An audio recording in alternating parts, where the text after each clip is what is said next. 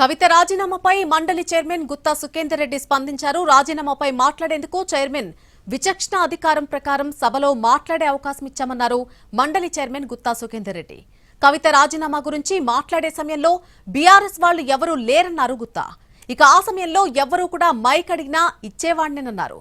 గతంలోనే కవిత తనను కలిసి రాజీనామా ఆమోదించాలని అడిగితే అప్పుడే ఆమోదం తెలిపేవాడిని అని తెలిపారు. ఎవరైనా భాష విషయంలో కంట్రోల్లో ఉంటే మంచిదని గుత్తా సూచించారు. పాలమూరు ఎత్తిపోతలతో డిండి ప్రాజెక్టు కలిసి ఉందన్నారు. గత ప్రభుత్వం గోదావరి బేసిన్ ప్రాజెక్టులపై ప్రభుత్వం పెట్టినటువంటి శ్రద్ధ కృష్ణా బేసిన్ ప్రాజెక్టులపై పెట్టలేదని అన్నారు.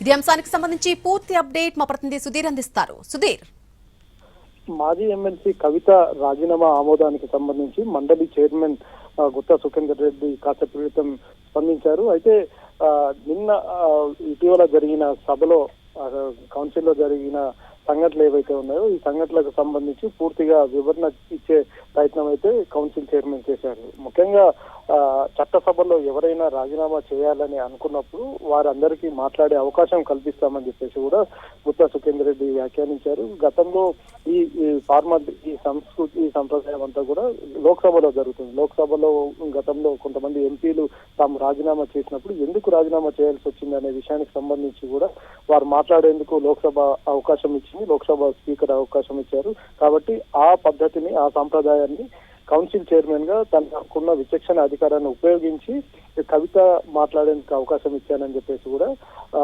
గుత్తా సుఖేందర్ రెడ్డి స్పష్టం చేశారు. అదే కాకుండా ఇటీవల కాలంలో కవిత తనను కలిసి అంటే ప్రత్యేకంగా తనను కలిసి రాజీనామాను ఆమోదించాలని చెప్పేసి తను కోరింది.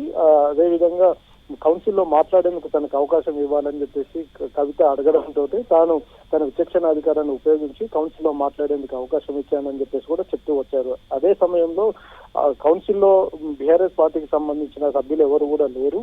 ఒకవేళ సభ్యులు ఎవరైనా అడిగి ఉంటే అంటే తాను మాట్లాడేందుకు అవకాశం ఇవ్వాలని అడిగి ఉంటే వారందరికీ కూడా మైక్ ఇచ్చేవాడిని అని చెప్పేసి కూడా కౌన్సిల్ చైర్మన్ గుత్తా సుఖేందర్ రెడ్డి వ్యాఖ్యానించారు. మొత్తానికైతే ఇదంతా సాంప్రదాయం ప్రకారమే అంటే చట్టసభల్లో ఉన్న సాంప్రదాయాన్ని తాను కొనసాగించాను. ప్రత్యేకంగా విచక్షణ అధికారాన్ని ఉపయోగించి కవితకు మాట్లాడేందుకు అవకాశం ఇచ్చాను. కవిత తన వర్షన్ చెప్తూ వచ్చింది. గతంలో జరిగిన విషయాలు ఏవైతే ఉన్నాయో పార్టీకి సంబంధించి కావచ్చు తన వ్యక్తిగత విషయాలన్నిటి కూడా చెప్తూ వచ్చింది. ఇందులో కొన్ని అన్పార్లమెంటరీ వ్యాఖ్యలు ఉన్నప్పటికీ కూడా వాటిని తొలగించలేకపోయాం అని అయితే ఆయన చెప్తూ వచ్చారు. అయితే ఇటీవల కాలంలో ముఖ్యమంత్రి రేవంత్ రెడ్డి చేసిన వ్యాఖ్యలు కావచ్చు, ఆయన భాష కావచ్చు, అదేవిధంగా ప్రతిపక్ష నేతగా ఉన్న కేటీఆర్ గారిని వారు చేస్తున్న వ్యాఖ్యలు ఏవైతే ఉన్నాయో వారి భాష పట్ల కొంత అభ్యంతరాలు వ్యక్తం అవుతున్నాయి. ప్రజలకు వెళ్లి మాట్లాడుతున్నప్పుడు కొంచెం భాష విషయంలో జాగ్రత్తగా వ్యవహరించాలని చెప్పేసి అయితే ఆయన మాట్లాడుతూ వచ్చారు. సమకాలీన రాజకీయాలన్నిటి మీద కూడా గుత్తా సుఖేందర్ రెడ్డి మీడియాతో తన అభిప్రాయాలను పంచుకున్న పరిస్థితి కనిపించింది. Right Sudheer, thank you for the update.